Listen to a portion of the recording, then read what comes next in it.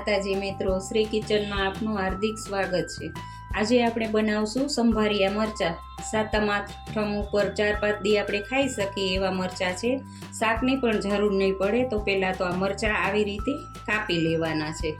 તો હવે પહેલાં મરચાં લીધા છે, તલ છે, ચવાણું, આદું, થોડી કમથી 1 ચપટી ખાંડ લીધી છે, દહીં, રેગ્યુલર મસાલા અને સ્વાદ પ્રમાણે મીઠું। તો હવે પહેલાં આપણે તલ ખાંડી લેશું।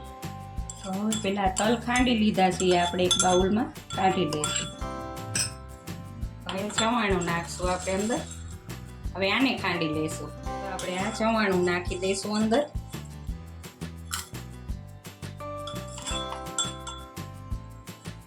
હવે બધા મસાલા નાખશું। આદુ નાખી દઈશું, ખાંડ, તલ છે એ નાખી દઈશું, સ્વાદ પ્રમાણે મીઠું નાખશું, ગરમ મસાલો નાખશું, થોડો કાશ્મીરી લાલ મરચું નાખશું, 1 ચપટી હળદર નાખશું, જરીક અમથી હિંગ લેવાની અંદર, પછી દહીં નાખશું આપણે। હવે આને મિક્સ કરી લઈશું। તો જો હવે આ બની ગયો છે આપણો સાંભાર। હવે આપણે વઘાર કરશું। 2 પાવરા તેલ લીધું છે, હવે વઘાર કરશું। ચપટી જીરું ને ચપટી રાઈ નાખવાની। રાઈ જીરું ફૂટી જાય પછી હિંગ નાખશું। હિંગ નાખશું અડધી ચમચી। હવે આ બધા મરચાં નાખી દઈશું। મરચાં નાખશું।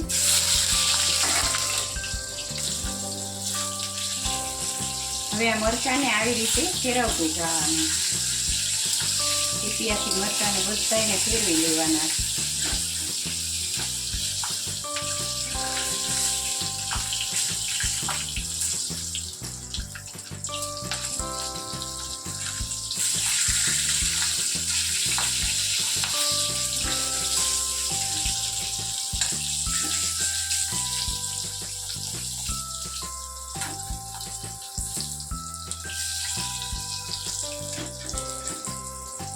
જો હવે મરચાં આપણા ચડી ગયા છે એટલે આપણે આ બનાવેલું જે સંભાર હતો, સંભારિયા મરચાં છે એટલે આ સંભાર નાખવાનો।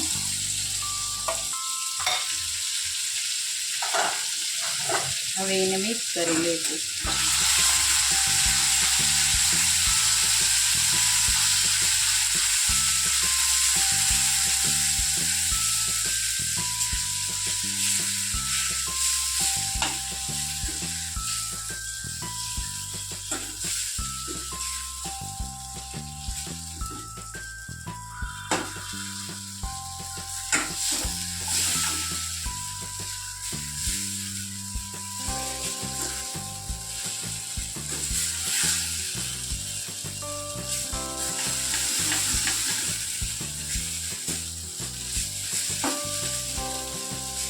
આ તમે 4-5 દિવસ સુધી ફ્રીજમાં રાખશો તો એવા ને એવા જ રહેશે।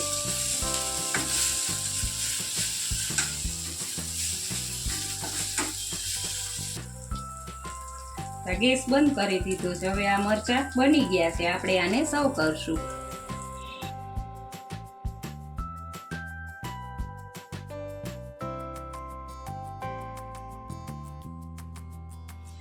સંભારિયા મરચાં બનીને તૈયાર છે। જો તમને મારો વિડીયો ગમ્યો હોય તો લાઈક, શેર ને સબસ્ક્રાઈબ કરવાનું ભૂલતા નહીં।